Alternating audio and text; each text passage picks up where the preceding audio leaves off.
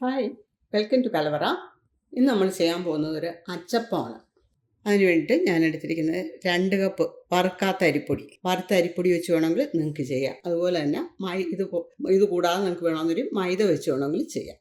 മൈദ വെച്ച് ചെയ്യുമ്പോൾ കുറച്ചുകൂടെ സോഫ്റ്റ് ആയിരിക്കും അച്ചപ്പം. ഇത് ഞാൻ മിക്സിയിൽ പൊടിച്ചെടുത്താണ്.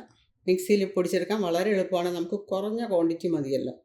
1 കപ്പ് അരി വെള്ളത്തിലിട്ട് കഴുകി വൃത്തിയാക്കിയതിന് ശേഷം വെള്ളത്തിലിട്ട് കുതിർത്ത് 2 മണിക്കൂർ വെള്ളത്തിൽ കിടന്നതിന് ശേഷം വാരി വെച്ച് അതിലെ വെള്ളമെല്ലാം പോയി കഴിഞ്ഞിട്ട് മിക്സിയിൽ പൊടിച്ച് അരിച്ചെടുത്താണ്.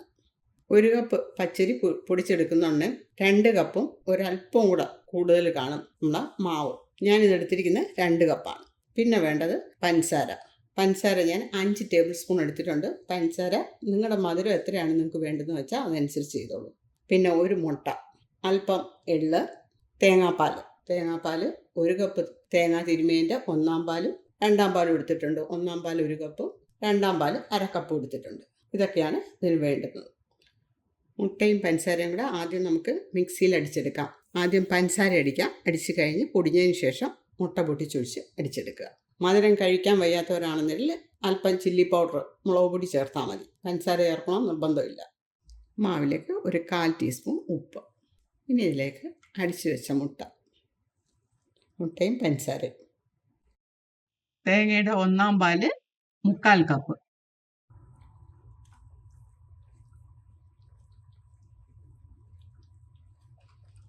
നല്ലപോലെ ഇളക്കി കൊടുക്കണം.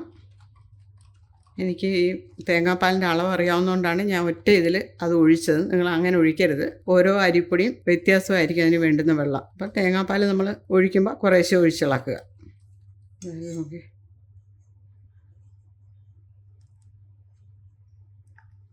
ഇതാണ് പരുവം.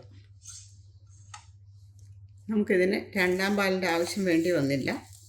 ഇനി ഇതിലേക്ക് 3/4 ടീസ്പൂൺ എള്ളൊക്കെ നിങ്ങളുടെ താല്പര്യം പോലെ ചെയ്യാം. കൂടുതൽ വേണമെന്നുണ്ടെന്നൊരു അങ്ങനെ.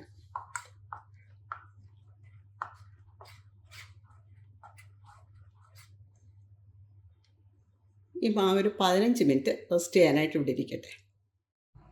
എണ്ണ ചൂടാകാനായിട്ട് വെച്ചിട്ടുണ്ട്. അച്ചു അതിനകത്ത് ഇട്ടിട്ടുണ്ട്. എണ്ണ ചൂടായി.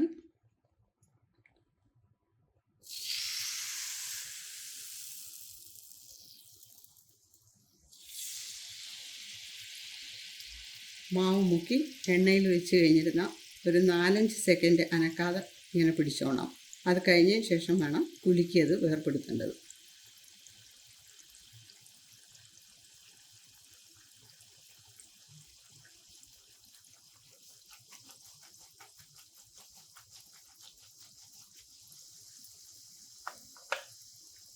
അടുത്ത അച്ചപ്പം ഉണ്ടാക്കുന്നതിന് മുമ്പ് എണ്ണയിൽ അച്ചു വയ്ക്കണം.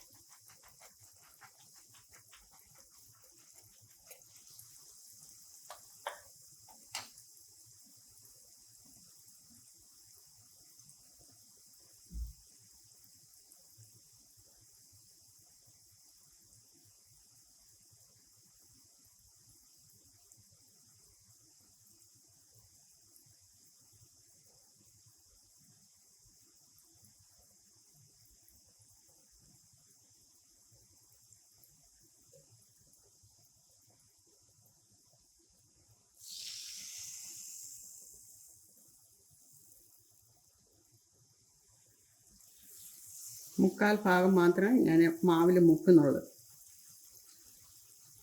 അച്ച് ഫുള്ളായിട്ട് മാവിൽ മുങ്ങിപ്പോകരുത്. പിന്നെ ഇളക്കിയെടുക്കാൻ പ്രയാസമായിട്ട് വരും. വലിയ വിസ്താരമുള്ളൊരു പാത്രം എടുത്തു കഴിഞ്ഞിരുന്നാൽ കൂടുതൽ എണ്ണ ഒഴിച്ച് ഒരേ സമയം കൂടുതൽ അച്ചപ്പം നമുക്ക് പൊരിച്ചെടുക്കാം. 4 എണ്ണം കിടക്കാനുള്ള സ്പേസേ ഉള്ളൂ. അത് എടുത്തതിന് ശേഷം നമുക്ക് പിന്നീട് ഇടാം.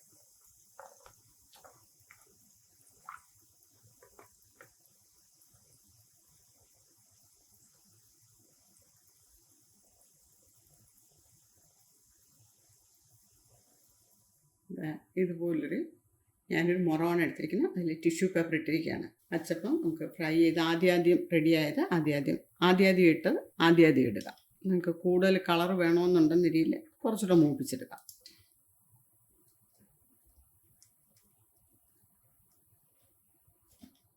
ഇങ്ങനെയാണ് അച്ചപ്പം വയ്ക്കുന്ന അതിൻ്റെ ഓയിൽ പോകാൻ വേണ്ടിയിട്ട്.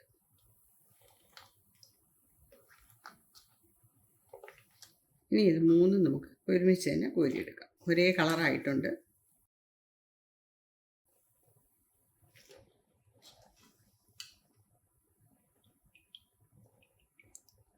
പപ്പടം കുത്തി എടുത്താൽ മതി, ഇങ്ങനെ കുത്തിയെടുക്കാൻ വേണ്ടിയിട്ട്.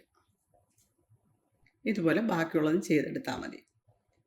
അങ്ങനെ നമ്മുടെ അച്ചപ്പം റെഡിയായി. വളരെ എളുപ്പം ചെയ്യാൻ പറ്റുന്ന ഒരു പലഹാരമാണ്. നിങ്ങൾക്കും തോന്നുന്നില്ലേ അത്?